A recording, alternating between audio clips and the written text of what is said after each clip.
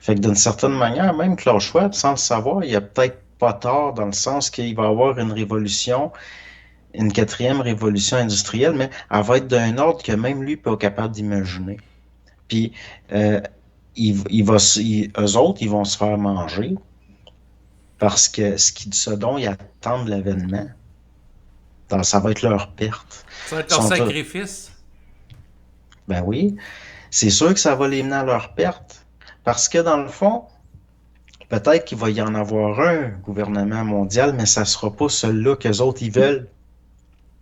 Non, c'est ça, ironiquement. Puis ça va être la nécessité qui va l'avoir engendré. Puis de la même façon que du monde pendant la Révolution française qui appuyait la Révolution sans savoir qu'elle allait se faire guillotiner, Mhm. tu sais, Robespierre, je pense pas qu'il pensait qu'il finirait sous le couperet. Sinon, il aurait peut-être moins appuyé. Ouais, Mais c'est ça. c'est un peu comme Frankenstein qui se fait poursuivre par sa créature. Finalement, elle a développé une conscience à laquelle il ne s'attendait pas. Mais ça peut se retourner contre le. Le créateur, ben là, on Ouais, pourrait parler de l'effet de la théorie du chaos, là, comme je t'en avais parlé l'autre fois par rapport à Jurassic Park, là, dans le sens que ils s'attendaient pas à ce qu'ils perdent le contrôle des dinosaures parce qu'il y avait des technologies très modernes de contrôle avec les clôtures ben ça, électriques, caméras et ainsi de c'est suite. c'est juste parce qu'il y a des données qui nous échappent, on appelle ça le chaos. Mais en sciences pures, le hasard n'existe pas. Comme lui, pour donner l'exemple, il prend la main d'une femme et il met une goutte d'eau, puis il dit, oh, on peut pas savoir quel bord elle va prendre. Oui, mais au niveau de l'infiniment petit, si on pouvait calculer les infractuosités de la peau, puis l'angle qu'elle prend exactement, on pourrait calculer exactement où la goutte d'eau va aller. Mais par rapport à ça, on pourrait répliquer qu'il y a, même dans l'infiniment petit, il y a des variables qui sont difficilement, dans le fond, prévisibles. Là. Si on va au niveau Oui, mais ça, c'est subatomique. juste parce qu'il y a des données qui nous manquent, puis que c'est nous qui est limité. Le chaos, c'est nos limitations.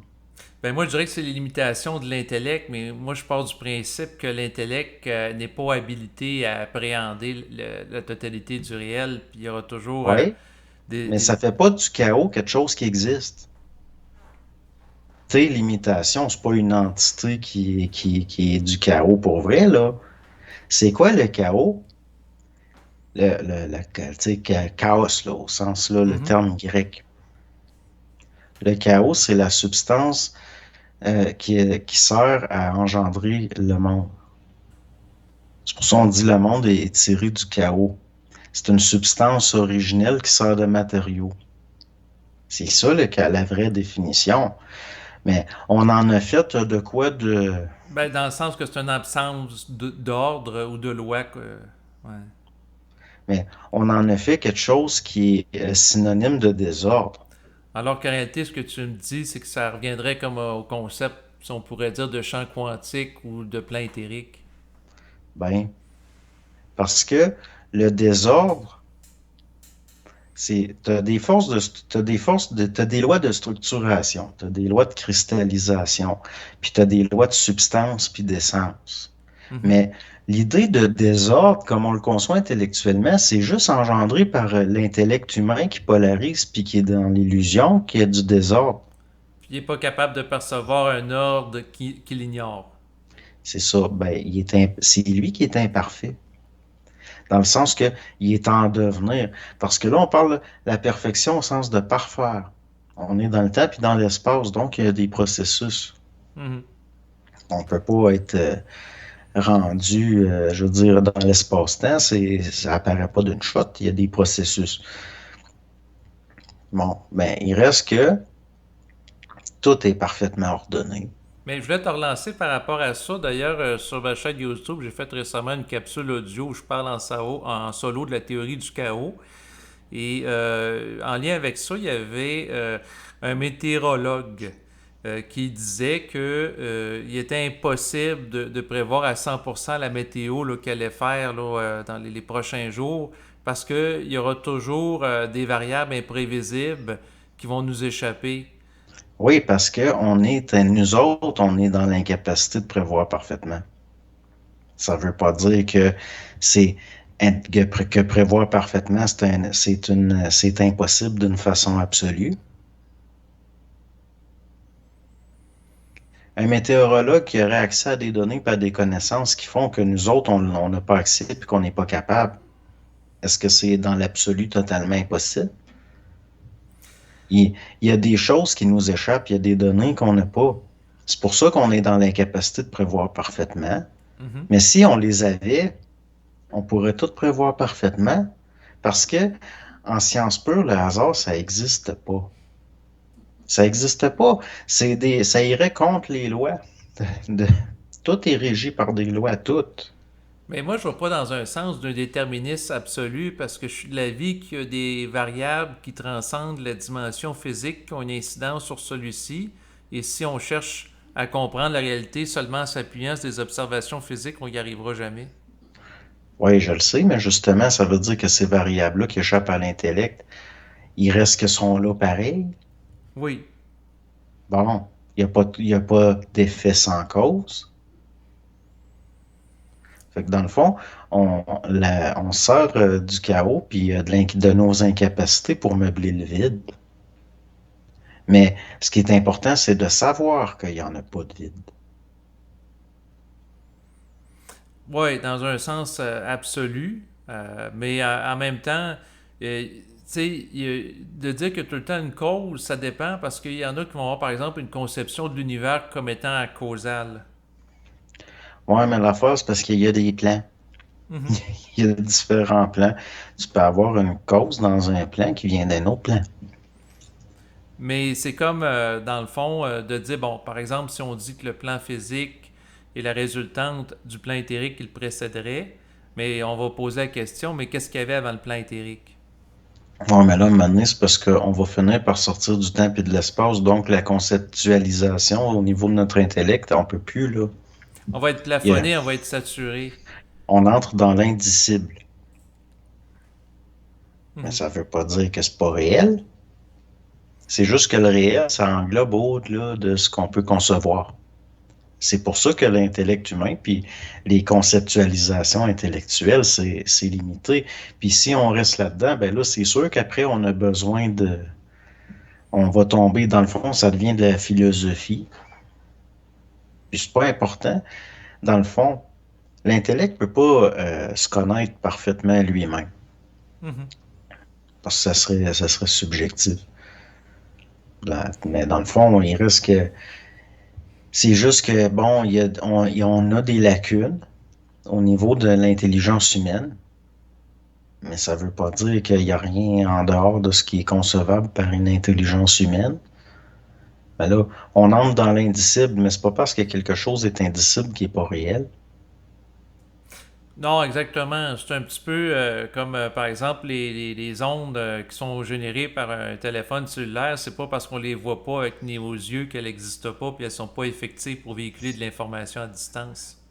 Ben, j'avais un professeur, mon professeur de 5e année. Mhm. Il nous avait dit, le seul endroit où tu peux voir de l'oxygène, c'est dans l'eau. Puis j'avais dit, c'est complètement faux, Gaston. Ce qu'on voit dans l'eau, c'est l'espace occupé par l'oxygène, puis la frontière entre l'oxygène puis l'eau. Puis là, il disait, ben d'abord, voir de l'oxygène, c'est impossible. Puis j'avais dit, oui, c'est possible parce qu'une fois condensé, ça devient liquide. Donc, dans une bonbonne transparente, on pourrait avoir un liquide qui est de l'oxygène. Mais là, ça aurait de l'apparence de l'eau un peu. Mhm. Puis là, il était comme, Il était dépassé par ton propos. ben oui. Mais il reste que, moi, j'avais trouvé ça niaiseux, son affaire, que la seule place qu'on peut voir de l'oxygène, c'est dans l'eau. Même là, de toute façon, ce que tu vois, c'est une représentation jusqu'à un certain point qui est liée au sens. On est prisonnier de nos sens, puis de nos conceptions. Les oiseaux voient des couleurs qu'on voit pas. Oui. Ou les chiens ils peuvent sentir des odeurs qu'on perçoit pas à cause que leur musée leur permet de capter plus. Ben oui. Donc, dans le fond, on s'identifie trop à nos limitations, puis on conçoit le monde selon nos limitations. Et comme dirait André Moreau, bienheureuse limite, Parce que si on est conscient des limites, ça nous confirme qu'il y a un espace immense en nous qui est illimité. Ouais. Car sans ça, on ne pourrait pas les percevoir. Ouais, ben même là, nos limites. Qu'est-ce qui fait qu'on perçoit qu'on a des limites? C'est le fait qu'à un moment donné, on n'a pas le choix d'admettre qu'on ne perçoit pas. Mais si on perçoit le fait qu'on ne perçoit pas, ça veut dire qu'on a une métaconscience qui dépasse les limites.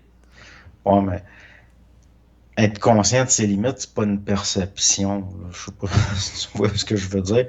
Mais, tu sais, je veux dire, sinon, on va, comment je pourrais dire ça? On va se complaire là-dedans. Tandis que moi, je pense d'une façon évolutionnaire. Mhm.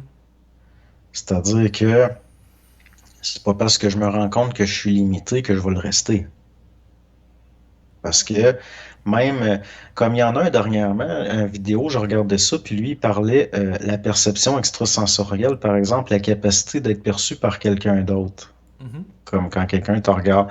Puis, comme je m'étais intéressé à la suggestion mentale, puis que j'avais fait des expériences par rapport à ça, après avoir lu Horowitz, puis avoir fait d'une façon empirique mes propres expériences, lui, il citait un scientifique qui avait fait une étude qui, lui, c'était le scientifique lui-même, il avait fait l'expérience qu'il demandait à des sujets, OK, vous noterez quand vous vous sentez perçu ou pas. Puis là, lui-même, il les observait, puis là, il notait, puis tout. Puis là, le gars qui avait fait la vidéo, il se servait de cet exemple-là pour dire que finalement, ça n'existe pas, cette perception-là, parce que ça aboutissait à la moyenne due au hasard, c'est-à-dire 50 quelques %. Mhm.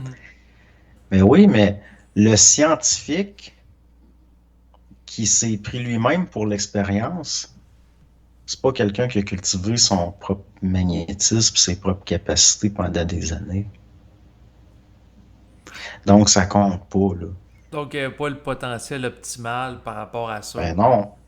Ben non, c'est sûr que si tu prends comme sujet une espèce de nerd de fond de laboratoire avec de la calvitie, qu'il n'y a pas de libido, puis qu'il n'y a pas d'énergie, puis qu'il n'y a pas de force vitale, puis que, voyons là, c'est sûr qu'il n'y a pas le même magnétisme. C'est sûr qu'un sujet donné, il va le moins le sentir, le regard, Mhm. parce que c'est une affaire de système nerveux. On est séparés de rien, dans le fond. Les systèmes nerveux sont tous en communication les uns avec les autres, puis quand tu observes quelque chose par ton regard, il va se créer un lien. Il va se créer, il y a un échange là, à des niveaux qu'on ne comprend pas Ben, encore. voir, c'est toucher à distance. Et ce qui permet ça, ben, c'est le concept qu'on est tous interreliés, c'est-à-dire qu'un seul champ d'énergie qui englobe l'ensemble des éléments qui existent dans l'univers, ce que certains appellent le champ quantique. Ouais. Fait que là, lui, son expérience, elle démontre rien, puis même il se désinforme, le scientifique. Puis le jeune qui a fait la vidéo pour parler de cette vieille étude-là, qui datait des années 30, je pense, lui-même, il se désinforme.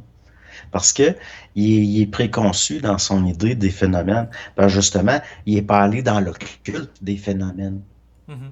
Puis il y a pas, lui, il y a de l'intérêt pour la science qui a étudié ça en l'effleurant. Il n'y a pas d'intérêt pour les pionniers qui ont eu le front, qui ont eu le front de l'étudier pour vrai. Pendant des fois, il y en a qui ont passé leur vie. Puis c'est comme il y avait un cas, il y en avait un magnétiseur, puis c'était un hypnotiseur. Mhm. Je ne me rappelle plus de son nom, c'était un rouquin barbu. Il était venu un journaliste pour rire de lui. Ben, il a mis le gars à genoux devant tout le monde en le regardant. Il le fixait, il le regardait, puis le gars, il est tombé à genoux à terre, puis il suppliait, il disait arrêtez, arrêtez ça. Mais des cas de même, on n'en parle pas. Pourtant, ça, il y a eu des témoins. Parce que Puis si le on en gars, c'était. parlerait, il ferait sans doute partie de l'opposition contrôlée. Puis, dans le fond, en fait, ce qui est vraiment une menace, puis ça, tu as déjà dit ça dans l'enregistrement, puis j'ai trouvé ça intéressant, c'est qu'on n'en parlera même pas dans les médias ou pointer du doigt comme opposition contrôlée parce que ça serait une force effective d'un changement à un second niveau. Ben oui, ben surtout qu'il y a une partie des techniques qui servent à gérer les populations. Il y a une partie de ces techniques-là que ça fait partie de l'occulte. Fait que tu vas pas instruire les vaches de comment marchent les enclos. Parce qu'il pourrait sortir de l'enclos puis s'en libérer.